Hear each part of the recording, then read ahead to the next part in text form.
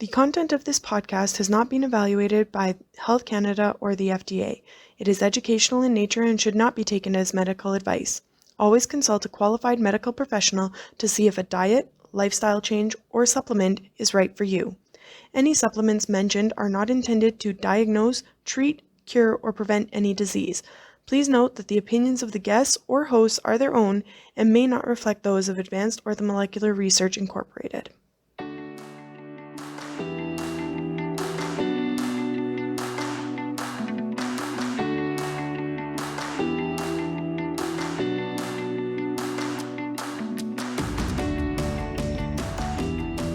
Welcome to Supplementing Health, a podcast presented by Advanced Orthomolecular Research. We are all about applying evidence-based and effective dietary, lifestyle, and natural health product strategies for your optimal health. In each episode, we will feature very engaging clinicians and experts from the world of functional and naturopathic medicine to help achieve our mission to empower people to live their best lives naturally. Hello, and thank you for tuning in to Supplementing Health. Today I'm joined by Dr. Lev Kalika, chiropractic doctor, to discuss early and late stages of osteoarthritis, as well as new ways to treat the condition with non-invasive regenerative technology. Dr. Kalika has been working to revolutionize physical medicine, rehabilitation, and sports medicine along with athletic performance since 1998. Welcome, Dr. Kalika. Thanks so much for joining me today. Thank you for inviting me. How are you today? Really good, thanks. How are you? Good, good. Good. So sports medicine and injury rehab has been your calling since when you were playing sports as a teenager, in particular soccer. Would you mind sharing a little bit about how your history and your own injury actually led you into this practice?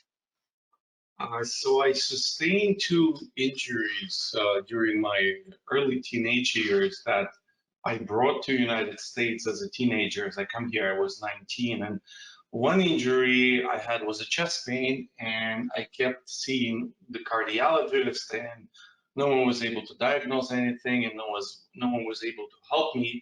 And then by accident, I actually got into an accident, physically got into an accident, and my medical doctor sent me to see a chiropractor, and the chiropractor within 3 visits actually alleviated my chest pain, and that's how I realized that maybe this is an interesting profession.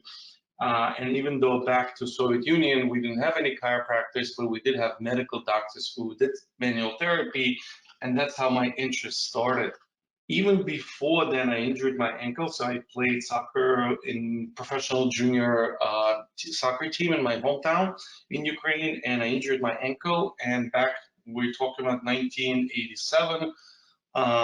We didn't have any MRIs back then, neither here nor in Soviet Union. So it was an X-ray taken, and they didn't see any bone fracture. They said it's probably ankle sprain, and didn't recommend much of the rehab or much of the diagnosis. And then I began having these concurrent and repetitive ankle sprains, and my ankle became permanently unstable. And so that injury led me to quit playing soccer and bottling that injury for years to come, and which eventually led to some of the back pain. As it transfers out the kinetic chain, led me to get interested in rehabilitation, and that's how I discovered Czech School of Rehabilitation, which I went to in 1997. Back then, world leading rehabilitation practitioners, Karl Levitt, MD, PhD, and Vladimir Yanda, who the whole world knows as kind of new era of rehabilitation. So I spent 2 years in multiple hospitals with these two grants, and one day Karl Levitt took me by the hand and literally brought me to Pavel Kolosh, who back then he said was a rising star, and he said, you learn everything from me, and now you can see our rising star. And right now, Pavel Kolosh is one of the top rehabilitation, sports medicine rehabilitation practitioners in the world, with a whole school foundation called DNS, Dynamic Neuromuscular Stabilization. According to Kolosh, it's a very famous approach today, practiced by thousands of practitioners all over the world, trained by multiple top elite athletes. And that's how my journey actually began. Very interesting. Now, you've incorporated more quote alternative medicine methods into your practice than what traditional chiropractic had to offer. Where does that passion for improving patient care and incorporating some of these newer methodologies come from for you? So I literally, basically, what I do is very far away from chiropractic because once I met Carl Levitt, I realized actually the way it happened is my uncle, who was a very famous Soviet neurologist, while I was going to chiropractic school, sent me a literature in Russian. And as I started to read, I realized that it takes me 3 days to digest one chapter. And that's how I desired to went to see Carl Levitt. And once I went and worked with Carl Levitt, I realized that rehabilitation science is not just about manipulation of the joints, but really a very, very broad topic where manipulation is only one very, very small component. And working with someone like Levitt and Yanda really exposed me to all different methodologies, and it really broadened my horizons. So, so right about 1999, around 2000, I accidentally discovered shockwave. And shockwave is a technological regenerative treatment. And I went to a congress in Italy. It was in Salerno, in south of Italy, and it was World Conference on Extracorporeal Shockwave. And there I met Professor Markus Gleitz from a German orthopedist from Luxembourg, and I asked him if I could visit his clinic, and he invited me. So I went there for 3 days, and I was astonished of um, how modern the way he practiced, and literally it's something out of sci-fi movie where he would walk into the room. And as soon as he crossed the door, the nurse was by him, the lights would show up. On the left of the room, there would be a screen where the MRI, X-rays, and a patient history really magnified on a huge, huge screen was immediately lit up. He was going to that wall or to that screen, and the nurse was telling him the history of the patient and the complaint, and the patient was sitting on the bed on the right, and then he would examine those films, walk into the patient, ask a couple of questions, and then he would take an ultrasound so he can take a look himself. And once I saw that, I was like, I was really, literally, completely, um, very surprised how efficient his practice was. And I asked him, why ultrasound if you have the MRI and the X-ray and everything? He said, I want to see the lesion with my own eyes because the X-ray and the MRI is a static image. Once I see the patient in a movement where I can bend the knee and the patient can pinpoint to where his pain is, I have more precise diagnosis than X-rays or MRIs. So that behooved me to learn ultrasound, and it took me more than 10 years to be where I am with the ultrasonography. And diagnostic musculoskeletal ultrasonography is a constantly developing science where every 3-5 years the physicists accomplish new depth into not so much in the penetration, but more so into the resolution of the image. And once we get better machines with resolutions, with a better resolution, we are able to see much more details. And so the anatomy is being revised and revisited, and you're constantly updating your knowledge. So right now I use the best machine, which is called Uplea 800 by Canon. And there's only two machines like this in New York, one with me and one with Sloan Kettering Cancer Institute. And the resolution and the other, I would say, bells and whistles on this technology allow me to provide precise diagnosis and staging. So that was one component of why I always wanted to get the better improve patient care because I work with Carl Levitt, who was foundational to my thinking. And the other aspect was shockwave, which led me to ultrasonography. And the third aspect was about 2007, I met Professor Christopher Powers from USC. He's a famous gait analysis practitioner. He's one of the most famous running doctors and a scientist who's done multiple studies on ACL in return to sports. And back then, the beginning of 2000, the motion analysis technology was taking its beginning, and I got so interested into that that I ventured, wrote a paper, and that allowed me to get a grant, and that grant served me a foundational down payment for a system that's called CAREN, Computer Assisted Rehabilitation Environment.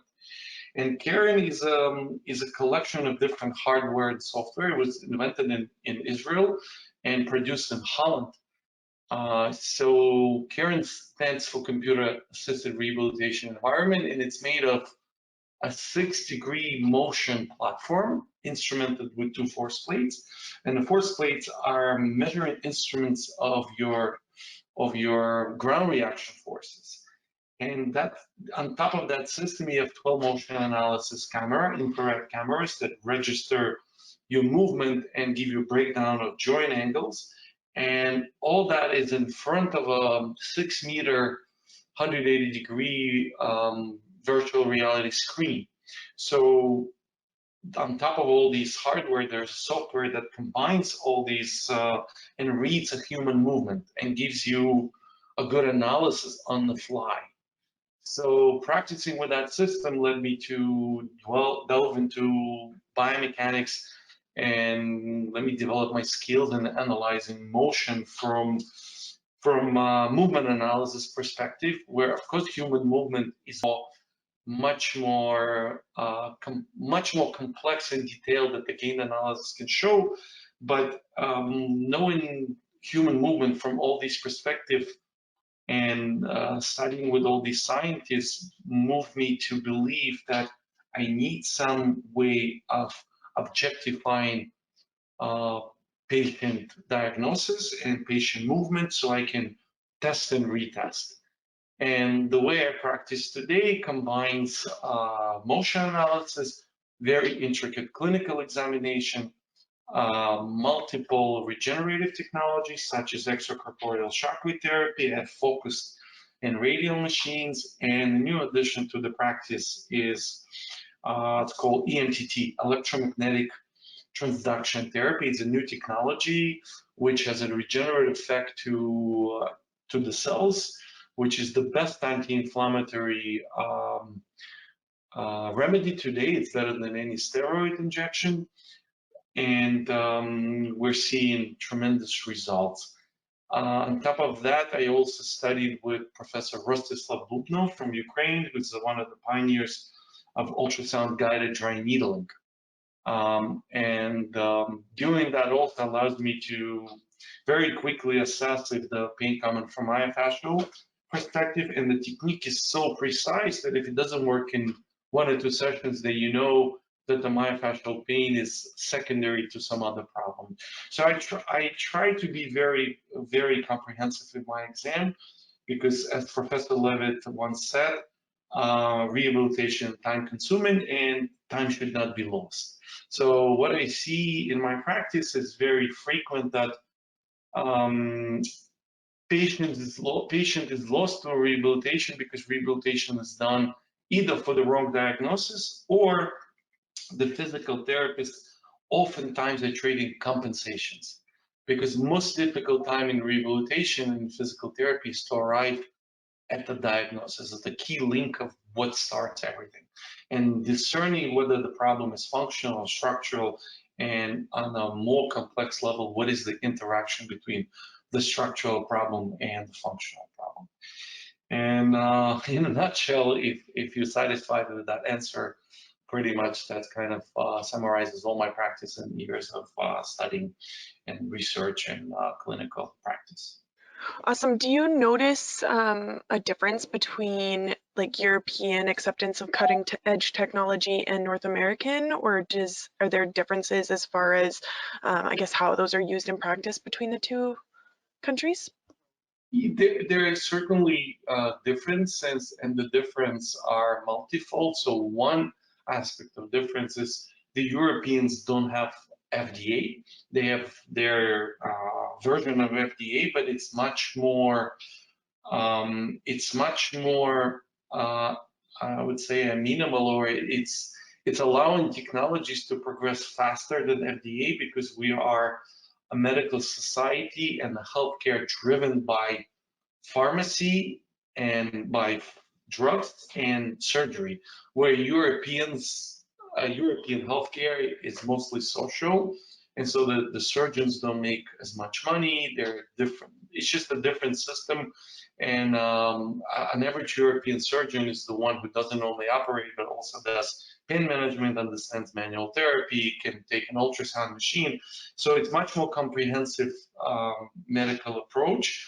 And of course, I don't want to say that we don't have our advantages over them, but they have their advantages. We have our advantages, but their system is not driven by reimbursement codes, and therefore the technology there, most of the technologies which are not pharmaceutical really come from Europe.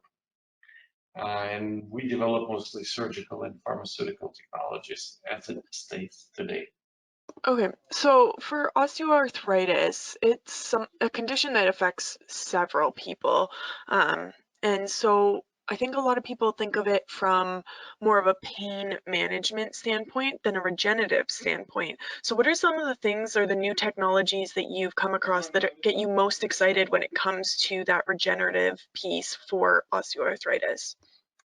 Well, in the past, we were thinking as a scientific community, we're classifying osteoarthritis as a cartilage disease based on overload and the degeneration of the cartilage. And within the last decade, with a lot of advances in molecular bioscience, we now understand that the osteoarthritis is really multifactorial disease that doesn't only involve the cartilage, but actually involves multiple tissues, such as muscles, tendons, ligaments, subchondral bone, even the fat around the joint. And therefore, inflammation has a major component that we now understand drives the osteoarthritis, and the pain from osteoarthritis is not really driven by the cartilage, but really driven by multiple and very intricate system and cascade of the events that occur during the inflammatory stage. And in the past, we've been using shockwave, and it was only working for some of the patients with early stage of osteoarthritis. And in the past decade, as PRP, platelet-rich plasma, was developing, which initially was really poor outcomes. It sort of advanced today and has some decent results on regeneration of arthritic joints.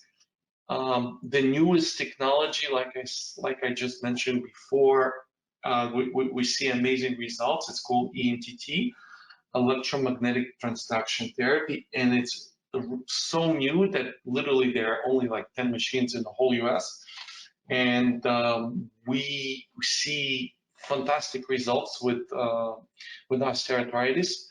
However, as the technology is so new, we really don't have rigid parameters as how much to use, when to use, and so we're just following basic protocols. And I think in the years to come, as it happened with the PRP, and PRP still in its early days, even though it's been at least over 10 years of development, where the biggest disadvantage of platelet-rich plasma injections is that human body is so individual that we don't know how jaw is different from jack. And so Joe may need a different amount, maybe a leukocyte poor, and Jack may need leukocyte rich, and like all this mixing is very individual, and that's where we don't know how yet to change it according to individual patient. And that's the problem we have with PRP, where it does have some results, but still the science is on.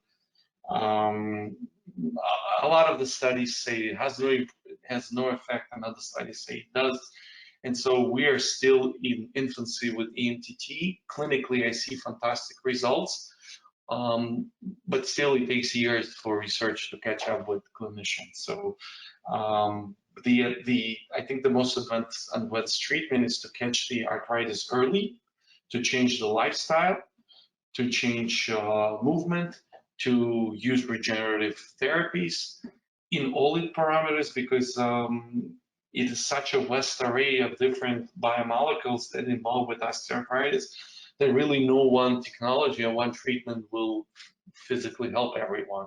So I think we still need a comprehensive approach at this time.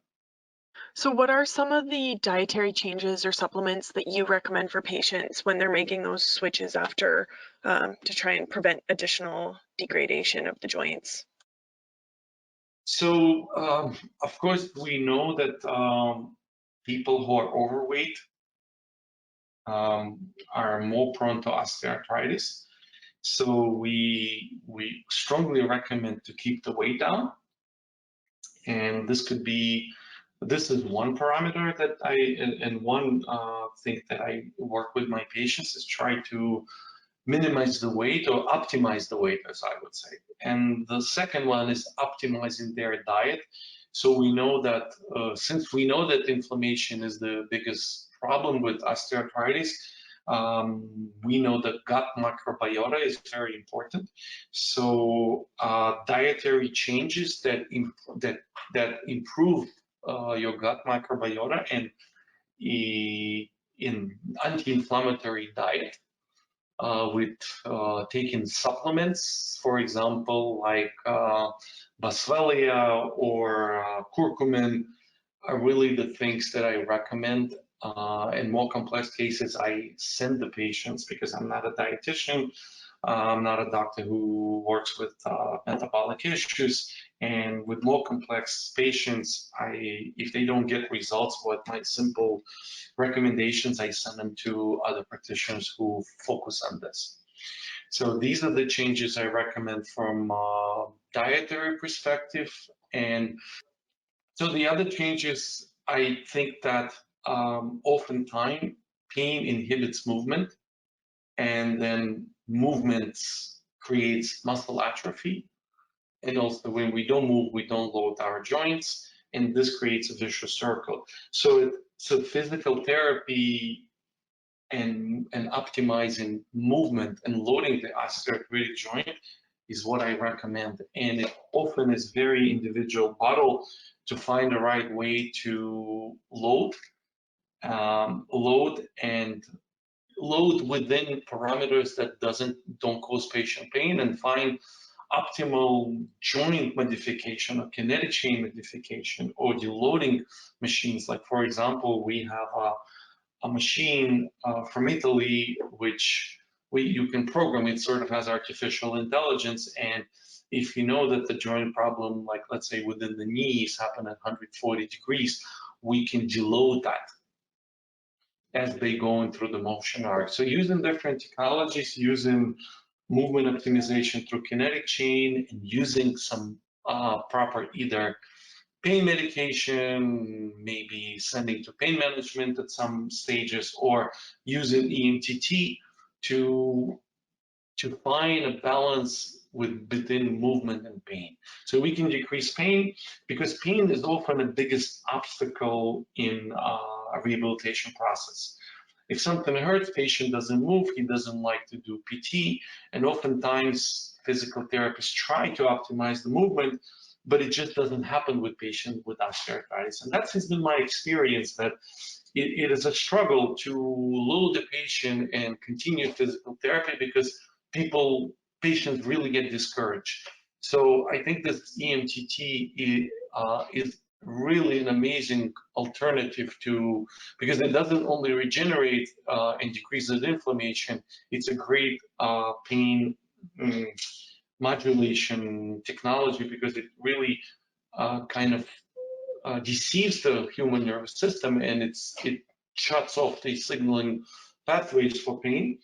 And sometimes we use shockwave for descending inhibition, depending on the tissues that is at stake with that particular osteoarthritic joint. And so really working on pain allows patients to load the joint, improve muscle strength, and move on. So I would say those three components are really paramount.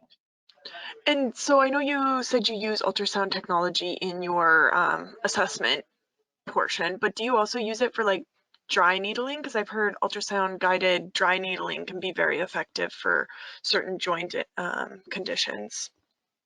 Yes, so I like to, if the spine is involved, and most of the time, by the time the patient reach some osteoarthritis, obviously the dysfunction in the movement involves all of the joints and the body. So because the body works as one, as you know, we have all these myofascial chains that transverse the body and interact. So obviously, dysfunction in the body is not moving as a whole. So when it spreads to the spine, I think ultrasound guided dry needling is super effective of unblocking the movement in the spine and optimizing the movement in the spine and the rib joints. It is particularly effective. I would say it's always like a miracle for people with shoulder pain.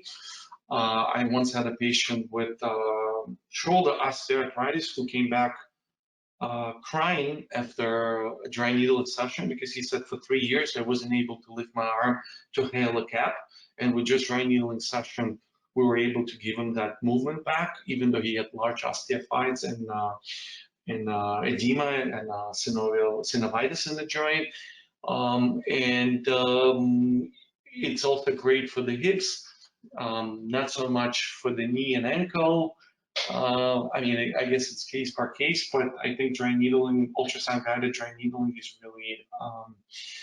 is really important. But one problem I see that patients see that we're doing ultrasound guided dry needling, and patients really react to what their friends got relief from and what they read online.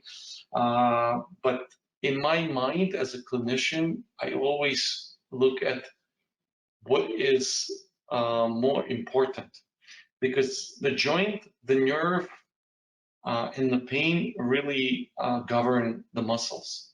So yes, of course, in the beginning of the dysfunction, the muscles were the one that really caused the problem. But once you have some problem in the tendon, the joint, the nerve, or the pain, that is what needs to be addressed. So I always try to say, well, I don't want to do dry needling for you because I see a tendinopathy, I see edema in the joint. I want to address the components which kind of govern and direct the muscles first. And if we heal the tendons, decrease the inflammation in the joints, maybe work with nerves and pain, then the dry needling then provides the long-lasting changes. Where if we don't, yeah, we get successful relief and patients feel better, but the problems come back because the more important structures have not been fixed. So that's kind of my look at dry needling and how I use it. Makes sense. So have you utilized stem cell therapy in your practice? I don't utilize stem cells because I haven't seen much effect from stem cells. I do refer my patients for platelet-rich plasma injections, and I work in conjunctions with pain management doctors. And in more complex cases where I see the problem is really, like, for example, I have an adductor tendinopathy, and adductor tendinopathy is hard to get rid of in a middle-aged person. And if that adductor tendinopathy has small avulsion or has really severe changes, I don't think any of my modalities will work alone. Neither PRP will heal it, but if we combine PRP with shockwave with EMTT, Not only it's my clinical experience, but also there are multiple studies that prove that combining regenerative therapies really allows better outcomes for patients. So in the more severe cases, we try to combine different regenerative treatments, and PRP would be definitely not my number one option to go to, but would be something that I try to combine in the more advanced stages and try to help what I have in my toolbox. Okay. So from all your years of experience, are there any myths or misinformation around osteoarthritis that you wish you could dispel? Well, I think I mentioned one myth is that people think that it's all about joint cartilage, because in the past a patient would come in, and I think still people come in and say their biggest thing that they say, I have bone on bone. So this bone on bone phrase is kind of stuck because it's very simple and it resonates. But the interesting thing we found out that it's actually not the cartilage the cartilage doesn't have pain receptors. It's the bone underneath, which we call subchondral bone. So I already experienced that myself with my own patients, that during EMTT and people that have less stage of osteoarthritis, they lose the pain because it's the inflammation that drives the pain. And if we try the joint, they have no pain. And doctors that treat osteoarthritis know for years that we would have patients that have severe osteoarthritis and have no pain. They have bone on bone, but they have no pain. So I think the patients that have bone on bone and have no pain are the patients that really their body is able to control this inflammation. And so I think this bone on bone and this overload and cartilage, loss of cartilage is a myth. It's not that it's a myth. It's just looking on osteoarthritis through a very narrow prism rather than looking at bigger holistic picture. So I think people need to realize that it's a lot more than bone on bone. Okay, awesome. So if any of our listeners wanted to work with you, how could they go about getting a hold of you? They can reach me on the email. It's front desk at nydnrehab.com, or they can call us at 917-817-5289 or 212-308-9595. Fantastic. Well, thank you so much for taking the time to share your knowledge with us. Thank you so much for having me.